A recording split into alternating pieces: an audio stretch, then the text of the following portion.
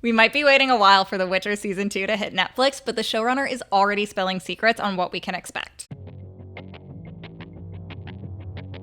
Let's start with the most welcome news. The show is ditching the confusing timelines that pretty much everyone hated. The timelines are obviously one of the most controversial aspects of the show. I do hear that there was an audience out there that was a little like, what the hell is going on? Why don't I understand this? I think for those people, season 2 will be a lot easier to follow. I think season 2 aligns all of our characters on a similar timeline. We're playing with time a little bit still, but in a different way, in an easier, I think, to swallow way. Now that the timeline is more cohesive, that means we'll actually get to see the main characters interact a lot more, especially Geralt and Ciri, who finally came together at the end of the first season and accepted their each other's destiny. In the books, we actually skip from Geralt finding Ciri at Sodden pretty far into the future once they've become like a true family unit. The Witcher won't be doing a time jump when it returns for season 2. Instead, the show will fill in those gaps in an original storyline that will show Geralt and Ciri's relationship going through all of those early growing pains that the books skip past. That's part of the fun, is to take these characters who understand that they're each other's destiny,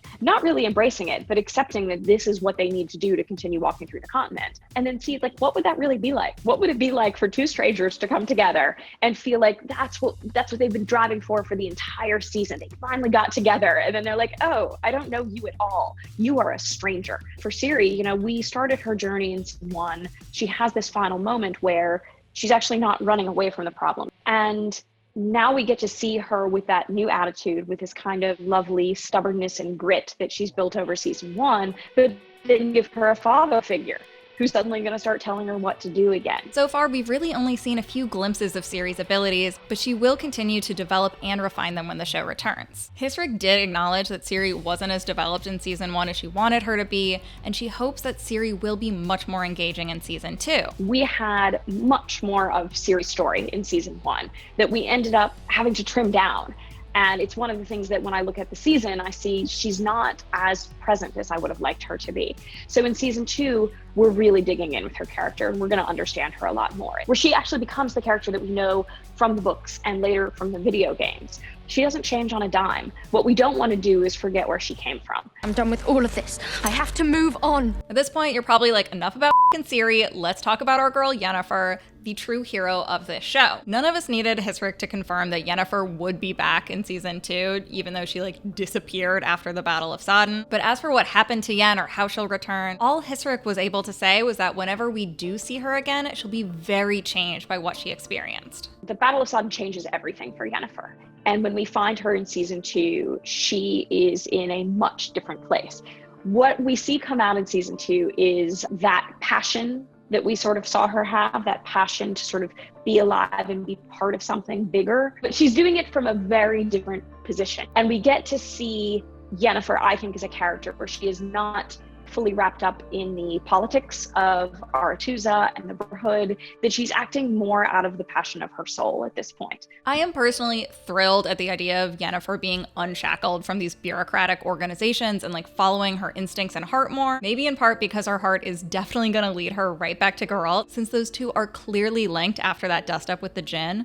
And I just they have such good chemistry. The first season also showed just how much Yennefer wants a child. And even though Ciri is probably nothing like the daughter Yen imagined having one day, season 2 will see Yen stepping in as Yen, Ciri, and Geralt start forming their own little dysfunctional family. There's obviously romance, Geralt and Yennefer at the forefront of it. But I think now we have this additional layer of family, which is what it means to be a parent, what it means to be a child, and what it means to sort of realize that you need people. I love Yennefer's journey in season 2, and I think that it feels like a really sort of natural step for her as she's starting to come together with this family. Family will also come into play when we meet the group of Witchers that Geralt was raised with. Cohen, Lambert, Eskel, and Vesemir, who is the oldest and most experienced Witcher, and also the closest thing Geralt has to a father figure. Season 2 will draw a lot of inspiration from the first Witcher saga novel, Blood of Elves, which finds Geralt bringing Ciri back to the Witcher home base to train and hide out. But the way Hissrich discusses the Witchers in season 2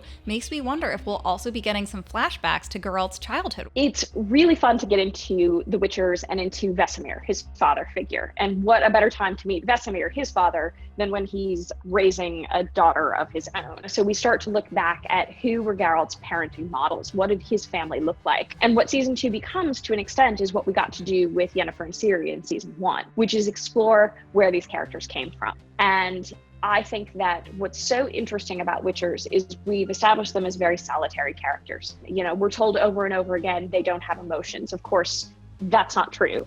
We pull all of that back in season 2, and we start to see what is a really tight brotherhood between these men, and with Vesemir overseeing them. And then we start to see what happens when women are introduced into that world. In addition to diving more into the world of Witchers, season 2 will also put like a lot of those great supporting characters we met front and center. Triss Merigold, who is a major character in the games, has a very prominent role in Blood of Elves, so it's a pretty safe bet that we'll see a lot more of her in season 2. We also know that Jaskier, Tissaia, Filavandrel, Yarpen, Vilgefort, Stregobor, Istrid, and Sabrina will be back. But of all the storylines in the second season, Hissrich said the ones she enjoyed writing the most were for Cahir and Fringilla, two of the most formidable fighters for Nilfgaard. One of the things that we worked hard at in season 1 was to establish that Nilfgaard seems like our bad guys. They seem like our villains. What's fun in season 2 is we start peeling back those layers a little bit more. We start digging into what Nilfgaard actually wants and why Cahir and Fringilla, these characters that we love, feel like they are best served in this kingdom. And I think both